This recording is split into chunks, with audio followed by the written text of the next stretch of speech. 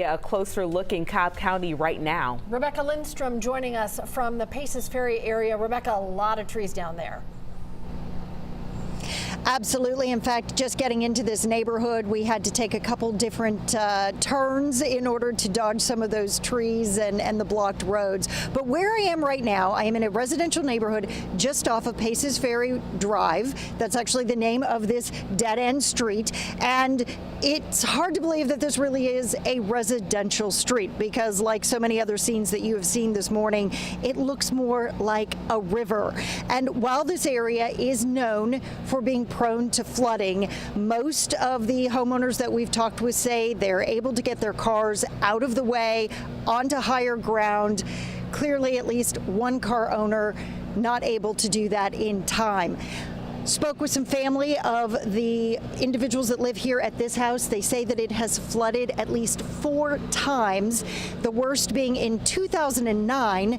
A lot of people remember the flooding that happened in this very month that year. And since then, these homes, they've known to try to get ready and prepare for flooding situations like this. We have some video that I hope we're able to show you right now. It is a gentleman who is actually coming from his house at the end of this street by kayak so that he could get his dog to dry land. You hear the generators going in the background. The homes in this area, we're told most of them are raised up, so the water that has flooded into these houses is mainly in the basement area or where those cars would be parked. So people, you know, again, they don't want this kind of flooding, but the sense that we are getting is that this neighborhood is very well prepared for what happened. Now, if we kind of walk up the street here, you can see that there are just all these cars. Again, these are the cars that were parked so that they could get out of the way, to get out of the flooding. On the other side of this berm is probably the biggest icon of this area, and that is the restaurant Canoe. That parking lot completely submerged. We had a chance to talk with an employee earlier today about what that was like and, you know, what that area normally looks like. And she just said, you know, usually we've got the patio tables that are out.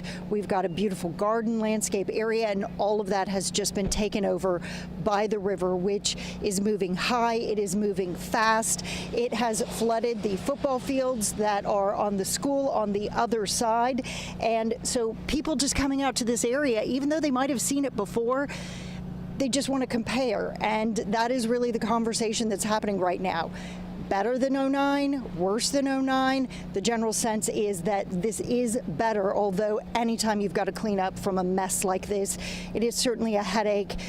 All information that we've been able to get, though, at this point is that everyone is safe, and it's just that property damage that folks are going to have to be dealing with in the days ahead. Back to you.